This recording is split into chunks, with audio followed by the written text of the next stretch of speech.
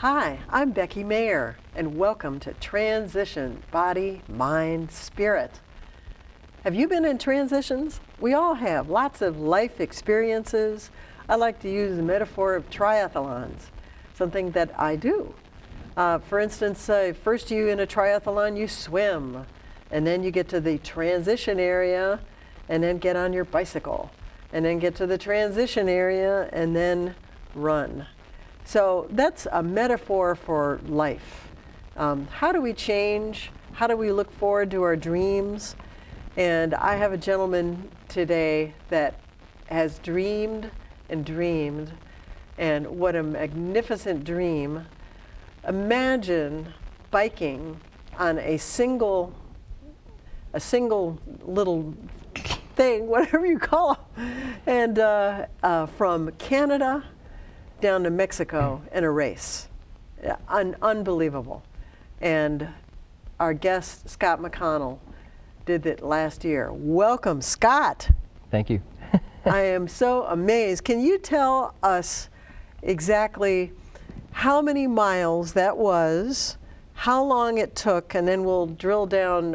There's so many cool things about this. We're going to make 2 shows. The second show will show this amazing bike and all his gear, and in this show he's going to tell us about how this was. And he's an introvert, so it's a push for him, and he's going to do great.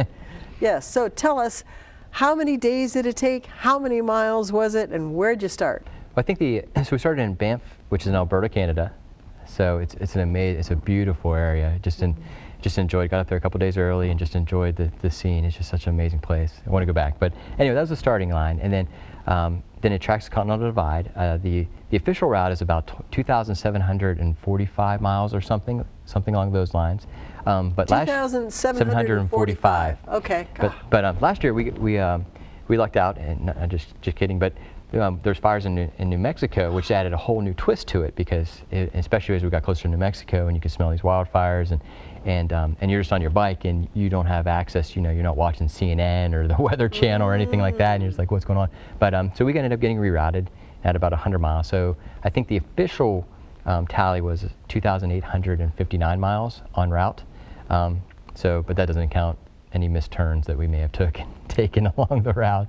But I'm excited to say it took me 20 days and 21 hours to go from Banff, Alberta, Canada, down to Antelope Wells, New Mexico, which is the U.S.-Mexico border in New Mexico. Wow. And as I was stumbling trying to explain your gear, you only have one gear. Could you explain what that means? And you're a certain category, right? So basically, there's a subcategory in the Tour Divide. It's called the single speed category. So they're the folks, the few of us that interestingly just decided to just use one gear. So we don't have shifters, we don't have railers, so we can't shift to an easier gear or a harder gear. We've got one gear for the entire time. So whether we're climbing the mountain, or whether we're going through the flat, or going through a desert or such, it's just one gear. So it is kind of nice that we don't have to think about shifting or worrying about it. You just, although with that said, I do like to joke and say that actually we do have 3 gears: sitting, standing, and walking. So, and I used all 3 of those during the divide. Wow. But, yeah. Well, you were, I think in our next show you're going to show maps and everything, but tell us the kind of terrain that you were in. And initially when you started in Canada, there's a mixture of mountains, and tell us what the terrain was. Oh, wow. Actually, that was fascinating. So, yeah, it varied throughout the course, which is just beautiful. And I'd never been out west before. So that was a lot of fun for me. And we started off in Canada, in Alberta, Canada, and it was just so lush, and through Montana, just going up all these. And this was in June? The second Friday in June is when the race kicks off. So that's the start. Yes. So, yeah, we were going over these mountain passes, but then we also went through. And it just varied. We went through the Great Divide Basin, which is in Wyoming, and it was just desert. And going through there, I think they tally something like 130 some miles of no trees, and there wasn't any trees. There wasn't any, I mean, the highest thing we saw was maybe this bush. And so as you're going through there, and when I went through there, it was in the middle of the day, so So you're out in the elements. You're getting the wind, the sun, and everything like that. There's no shade to get a little reprieve or anything like that. But then you kept going, and then you got through the New Mexico, and it wasn't as lush. There wasn't as much water. There wasn't. Whereas in Montana, there's constant streams and waterfalls throughout. So in New Mexico, it was just beautiful seeing the rock formations, the color of the dirt, the color of the rocks. It was just beautiful. So I got to see a wide spectrum. It was really exciting. Oh, and I forgot, we went through the Yellowstone National Park. We went through Glacier National Park. Got to see the Grand Tetons, if I'm saying that correctly. It was absolutely gorgeous, absolutely beautiful. It was the entire time was just breathtaking. It just had my attention the entire time. Even as you're hurting, you're hungry, or anything, all those fun, the good things. Just enjoyed just seeing the beauty and the nature, and I was excited to be out there in that. So. Wow, that's wonderful. And didn't you have a companion also? Well, not necessarily, sort of, but not really. So the race is solo, self-supported. So you're on your own. You gotta. You're your own physician, you're your own bike mechanic, you're your own nutritionist, and so forth. However, I was lucky in the aspect of that I ended up riding with actually a couple gentlemen for quite a few miles, but one of them was Brett Simpson. I ended up riding with him for countless miles, and not necessarily we were riding together, but still, at least kind of either he was up ahead or I was up ahead, or vice versa. And we used to joke that if you're watching the race online, which you could watch the race online, there's a website, Track Leaders, and we were little blue dots online. But you could see, it was fun. You could watch the race online, and it was fun. We used to joke that whoever's blue dot was up in front, you could tell if we were climbing a mountain or if we were on the flat or going the downhill, because he had gears, so he could switch into a harder gear and go a little faster. Whereas I would, on a single speed, I didn't have an easier gear to climb these mountains, so I had to stand up and I had to start hammering to get up the hill as fast as the mountain, if you will, as fast as I could. But yeah, it was a lot of fun. It was a lot of fun. Wow. How did you go up the mountains in one gear? I think in a way, I think I was probably taken in by just the beauty and the scenery. It just really just captivated my attention. So I would just stand up and I would just one pedal in front of the other, and just kept going. But I just got really pulled into the race, and it just took me to a different place. It felt like I was in another world. So I was just taking it all in, and before you know it, then I was up the mountain and getting ready for the next one. So. How many people were in this? I think there was, I believe there was 143, 144 that participated in the mass start. So technically, you can actually do the race throughout the year, and they have other versions called ITT, Individual Time Trial, but it all kind of who's got the best time over the year. I wanted to do the mass start. It just added a little more kind of ceremony. What was interesting too, it just added to me. It added to the fun. I got to, even in Banff, Canada, I was there for a couple days as we were getting ready. Got to meet a lot of like-minded individuals, like-minded folks that just really, truly enjoyed the outdoors, and folks that just enjoyed riding their bikes. So it was a lot of fun. So that's what I like to do. That's why I did the mass start. International contingent, right? There was. I don't know what the official final count was, but at one time when I was watching people signing up and getting ready for this race, like 40% of the race was men and women from international men and women. So it's for people from around the world. There's a gentleman from Israel, Germany, Switzerland. There's quite a few from Australia. Great Britain, then obviously Canada and the United States. So, but it was in other places. But that was kind of fun. I've got a lot of, I've met people, I've got friends, around the world now. It's kind of fun trying to read their Facebook statuses in their native language. Oh, wow. So I got to learn Italian. I got to learn all that kind of stuff. But it's fun. But it was fun. It was a lot of fun. So, as far as like at night, where did you sleep? Oh, that was the beauty of it. Pretty much just wherever you wanted. Pretty much the strategy. So it was a good strategy. My strategy was I just pedaled until I could not pedal anymore. I literally, I tried to save enough energy that I could pull out my bivy sack, and I used a bivy sack and a sleeping bag and get that unrolled and get into it. And then half the time I fell asleep before my head hit the pillow, just out of exhaustion. So I just kept going and going and going. I think I averaged about 136, 137 miles a day on course. I did have a few missed turns, so I added a few extra miles, but nonetheless. So and just just going over those mountain passes and all that kind of stuff. But yeah, we slept in I slept in a couple cabins and that, but for the most part, I just enjoyed sleeping outside. The one night I remember we were in Wyoming, and it was the night of a supermoon, and it was just gorgeous. I mean, the moon was so bright, and just the train we were on, there wasn't a lot of tree cover or anything like that, so it was just gorgeous. I mean, you could turn off your lights and you could see the trail, and you just enjoy the stars and just the scenery. Although I almost did get clobbered by an antelope that night, but but nonetheless. Oh, what about the animals out there? Oh, that was exciting too. So I've always been, I love the Discovery Channel and things like that, and Animal Planet. And I just could sit and watch this forever. But so it's fascinating. So so I got to see my first moose up close. My first. I got caught in the middle of like this elk herd that were just like running, like literally, they're running beside me, and I'm just like, everybody, I'm like, everybody hold your line, Yeah. And they are massive creatures, and especially when you're that close to them. I mean, like from me to like one of these cameras, it's just unreal. And then I got to see my first grizzly bear, which was really exciting. How close was the grizzly bear? It was up the. What was funny about that is it was up the road. We were climbing a pass. It was an unnamed pass. I think out of Big Fork, I think is what it's called. Big Fork. Big Fork. But it was funny. I just kept pedaling, and I'm just like, "Come on, bear, get out of my way!" I want to get off the bike. Wow.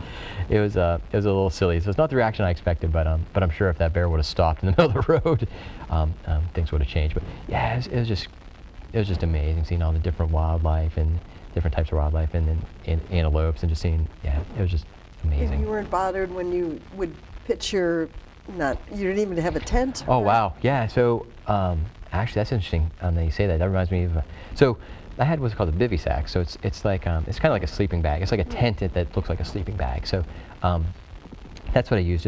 The one I used was Gore-Tex, so it's supposedly breathable and waterproof. So on the nights where it just was brutal, I mean, thunderstorms, windstorms, things like that. So I felt pretty good in there. But needless to say, so like one of the funny ones was we got caught. We were on top of one of the passes, got caught in this rainstorm, and it was just brutal. The mud was just so tough that you couldn't pedal your bike. You're pushing your bike, and every mile you're stopping to clean off your bike. So so called it, and there was a group of us, probably 5 or so at that point in time, and so we all camped out, and as the sun's coming up, we wake up and we're surrounded in the middle of this cow, this herd of cattle.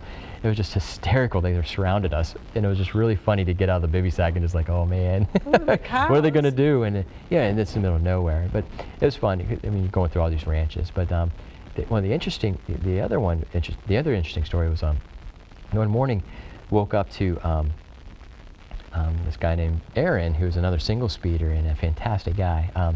But woke up to him kind of screaming his head off. Oh no!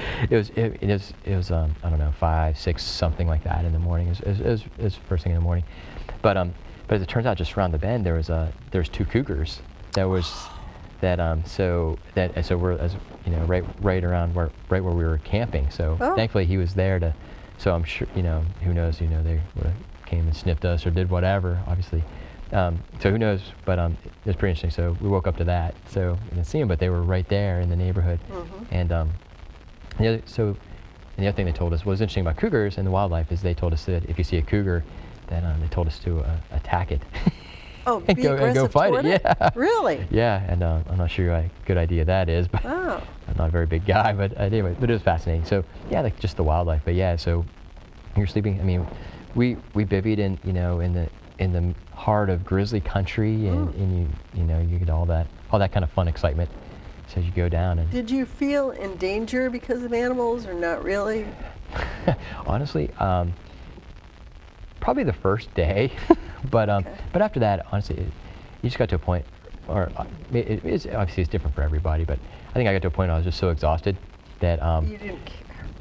Yeah, it's amazing. Yeah. What you care about kind of goes down. To quote one of my friends, new friends that I met on the trail, Luke, and I ended up finishing the ride with him. But he was funny. He told me, he's like, man, he's like, some days you just think it just would not be so bad if a bear ate you right now, just because you're Put you out of your misery. Yeah, exactly. You're just, you're just hurting. You just keep pushing yourself. But anyway, that's what I loved about it. It's you're pushing yourself to your limits, and then you had to push. Then you had to push yourself through those limits to continue on. And I'm not sure exactly what the dropout rate was this past year, but yeah, it was actually interesting. It was, even though it was a race and your competitors, if you will, it's still heart-wrenching every time you heard about or word traveled that somebody dropped out, especially somebody that you knew or even knew in the sense that you rode 5 miles with them and you felt like you know them your entire life. So every time you hear this person dropped, I mean, it got you. But it was wild. Wow. So we don't know how many people actually finished, what percentage? Actually, maybe 50-50? I'd say it's close to that. I think it was close to that. So many people just, various, their body various gave out, things. their bike gave out, all these any things. of the above. Yeah, any of the above. There's just so many variables that you have to account for. Just on your bike, yourself, your fitness, your nutrition. That's one of the big things is, you don't always know where you're going to get your next meal from. I was going to ask you, tell us about how you figured out what to eat. You can only put so much on your bicycle. That's right. Right? So on the maps that are put up by the Adventure Cycling Association, they've got cues on there that there's maybe a restaurant here, there may be a gas station there, but as you learn quickly, well, you ran into a couple things. As you learn quickly, was that may not always be the case, because you're going through a lot of small towns, or you're going through a lot of, it is just a gas station. So it may not be there when you get through there, and that happened to us. Or as you get there, got into one town. So I was riding with Brett at the time. We got into one town, and basically the town's closed on Mondays. We got in there on a Monday, so I was like, man. So at that point, I mean, whereas you may be banking on food or water, it just may not, it may not be available. We were in New Mexico and we got through riding through a brutal stretch. I mean, temperatures are well over 100, and you're exposed. You're on the road. You're not getting any shade. You're not getting any reprieve, and so and it's windy. So you're dehydrating fast because you're sweating and the wind just blowing it off you, and it's just a vicious cycle. And I remember I was riding with a guy at the time. At the time I was riding with a guy from Oregon, and he and I, to kind of take the positive spin on the moment. In the cue sheets, there's supposed to be this, this bar down the road, and we're like, I'll buy you a beverage, you buy me a beverage, it'd be fantastic. But we got there. Not only was it closed, it was boarded up and gone.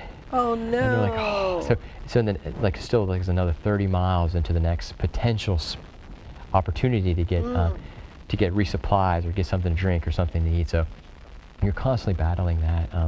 And even on the, I mentioned that we got rerouted. So when we got rerouted, the fun fact on that is when we got rerouted, we didn't have cue sheets to go by. So for that reroute, so we had no idea. So at that point, you're pretty much, you're trying to figure out, we're taking, so there's a few other guys at the time, just taking our best bets on how much food and water we needed to carry. Because we didn't have any clues, we didn't have any, insight or cues to know what to plan for. So it turned out being a beautiful reroute. I really enjoyed it. But we got to this place called, I'm going to butcher the name. It's not McConnell. It's anyway, it's a town in New Mexico and a population of 12 people. Oh my heavens! 12 people, and but it was fascinating. They had one store, and it was the best. And so anyway, so as we're riding by, the one gentleman that Luke again, I think he's the one that hollered out, are you guys open? He saw somebody, and they're like, well, all we have is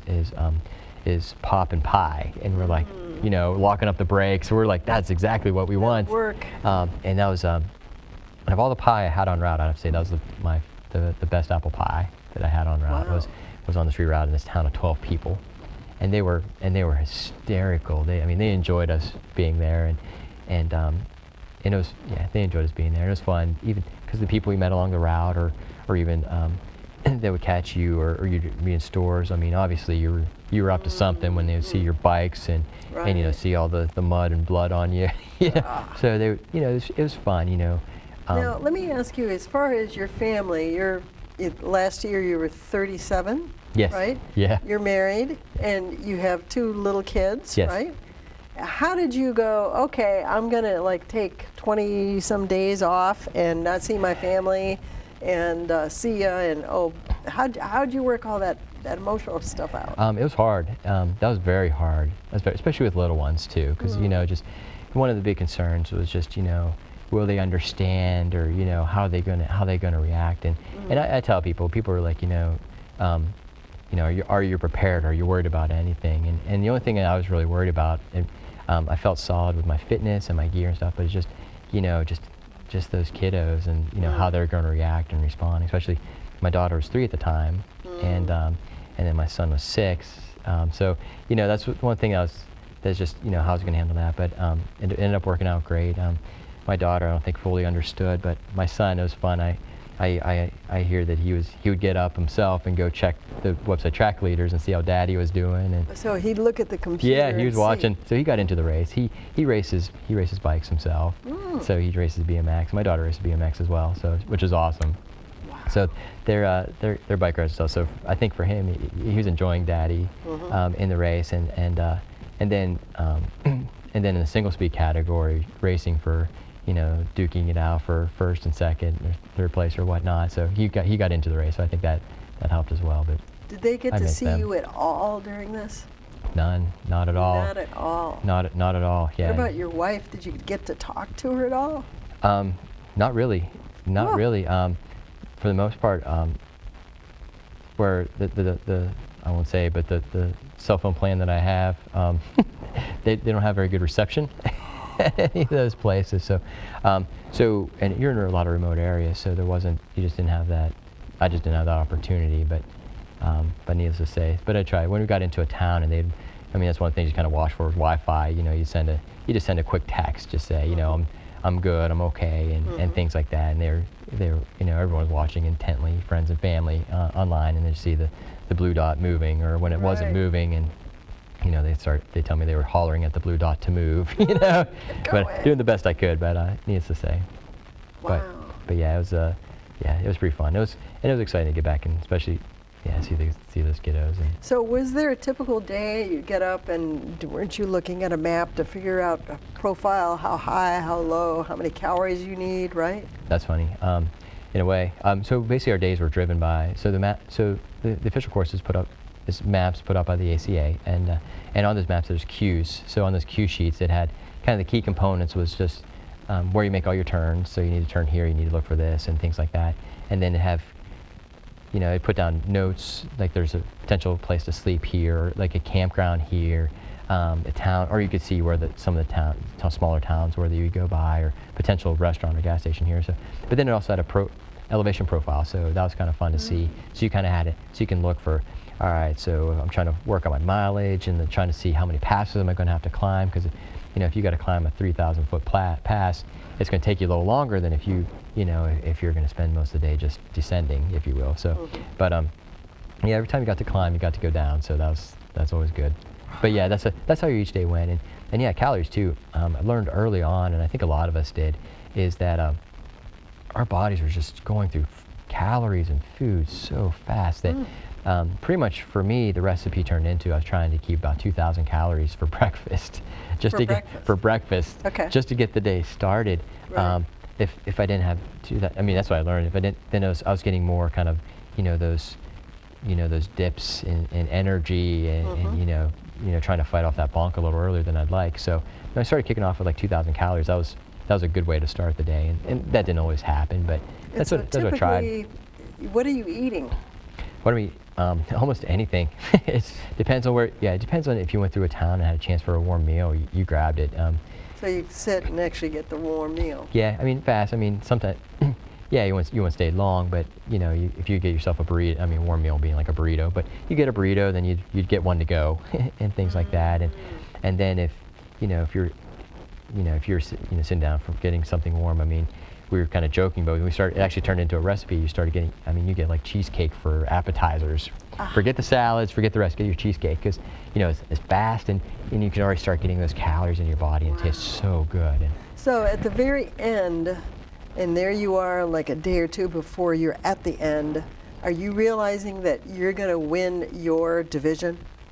No, actually I didn't. And that was day what? Or the day before? How many days did it take? So I ended up, so the last couple days, so we pushed through, so I pulled an all-nighter the last, so when I woke up, I think, well, Brett and I were together at the time, and I think we got up like 4 a.m. or something, maybe early or something like that, and we just started pushing on, and it was just before Pie Town, and then, and as we were pushing on, I already kind of had it in our mind, I know I did, going through the night, just going to try and finish this thing off, so I don't know if it was like 250 miles or something, I don't know what it was, something like that, but as we're going through there, again, I didn't have cell reception. I mean, I wasn't sure where Aaron, the guy from Australia, was, and things like that. So I mean, I was just pedaling on as fast as I could, because it's kind of a moot point. I mean, I was just going as fast as I could. Anything can happen, whether it's you know, you get a mechanical or something, or you know, you just bonk or something like that. So you just kind of keep pedaling. That's all you can. That's the only thing you can control is your pedal. Is just keep pedaling, because you can control the weather, you can control the wildlife, you can control anything like that. So all you can do is pedal. And the fact that you were able to complete it and win your division is just amazing. And our next show, we're going to show the amazing bike and all the things on the bike, and that's a whole show in itself. So Scott McConnell, I want to say thank you very much for being here, and I want everybody to stay tuned for the second show, because we're going to be having a bicycle that has gone. I believe you use that bike to go to work also. Sometimes I've got another commuter bike that'll ride, but that is my favorite bike. So that bike, and it's a Moots Moodoo X, but that bike and I have been through many miles together, through many terrains, many weather. And then you have a book of pictures that your friend took of you also, right? I did. I looked out. So Brett Simpson, I mentioned before, I just by chance, we didn't know each other before the divide, but we just happened to be pedaling and kind of have the same mentality and the same approach on how we were approaching the race, with the kind of the riding longer into the night and things like that. And it turns out he's a professional photographer. I mean, he's a fantastic guy, but he's also a professional photographer. And one of the things in endurance races is you gotta figure out how to keep your mental game together. So right. And so for him, it was taking pictures, and since I was the guy that happened to be around, I ended up being his model. Yes, that's great. But anyway, so I'd like that. Wow. Well, I want to thank you for being with us. Stay tuned for show number 2. Scott McConnell doing the amazing bike race all the way from Canada to Mexico that he did last year. Thank you very much, Scott. Thank you for Transitions, Body, Mind, Spirit.